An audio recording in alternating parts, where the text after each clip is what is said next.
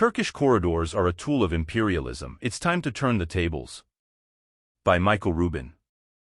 Turkey's President Recep Tayyip Erdogan has made no secret of his desire to revise Turkey's century-old borders.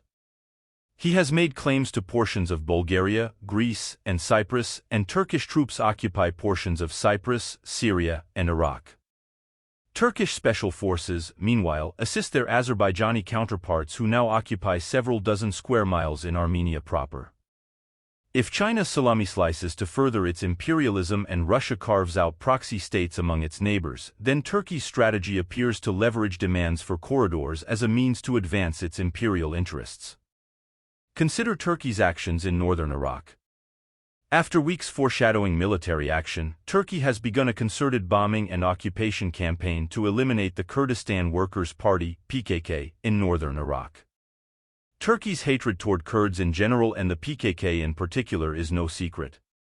When his own proxies cannot win at the ballot box, Erdogan accuses victorious Kurdish politicians of sympathy to the PKK to justify replacing opponents with his own supporters. Erdogan understands, though, that naked racism is a bad look, and so he sells aggression in other ways to the international community. Enter the economic corridor. Turkey justifies its military action under the guise of enabling an economic corridor from Turkey through Iraq to the Persian Gulf.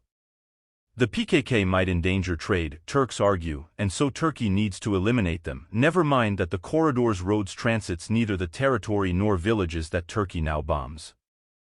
Indeed, just as late Iraqi President Saddam Hussein built highways that purposely bypassed Shiite cities, the proposed Turkey-Iraq corridor avoids Iraqi Kurdish cities. Ankara has also turned the demand for corridors into a potential casus belli with Armenia. Turkey and Azerbaijan say unless Armenia allows them to carve a corridor across southern Armenia to link the two countries, they may seize the land by force. The corridor in question at a minimum would be 40 miles long, roughly the distance between Washington, D.C. and Baltimore. Armenia is reluctant to accede to such demands because the Turkish corridor would bifurcate the country into more easily digestible pieces and cut it off from other trade partners. Armenians are also correct that should Turkey and Azerbaijan simply open their borders to normal trade, the need for a corridor would disappear. This simple fact underscores the cynicism with which Turkey uses the corridor demand as a mechanism for imperialism rather than an enabler of trade. The same is also true in Cyprus. In August 2023, Turks on Cyprus attacked UN peacekeepers in the buffer zone that separates Cyprus from the Turkish-occupied region of the island. Turks and their apologists justified their action in Cypriot refusal to allow Turks to build a direct road to Pila through the buffer zone, in essence creating a corridor to one of the few towns where Greek and Turkish Cypriots live together.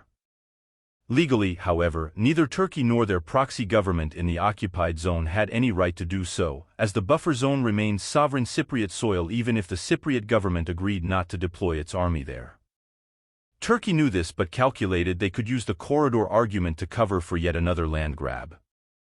The pattern to Turkish behavior is clear, even if the West seldom recognizes it because of the artificial bureaucratic divisions that pigeonhole Western diplomats and analysts.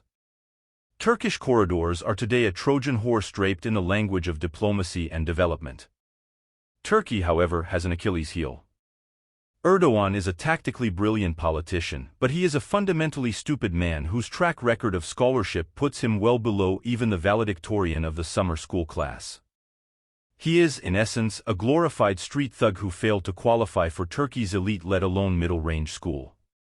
His sense of history rests in polemic rather than fact, and so he does not understand that revisions can work against Turkey. The most effective diplomatic way, for example, to reject Erdogan's demands for the revision of the 100-year-old Lausanne Treaty that established the borders of modern Turkey was to use any revision as a means to reclaim Greek territories lost unjustly after ethnic cleansing. Erdogan wants to void the Lausanne Treaty?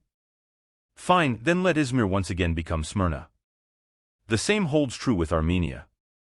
In the wake of World War I, President Woodrow Wilson dispatched Gen.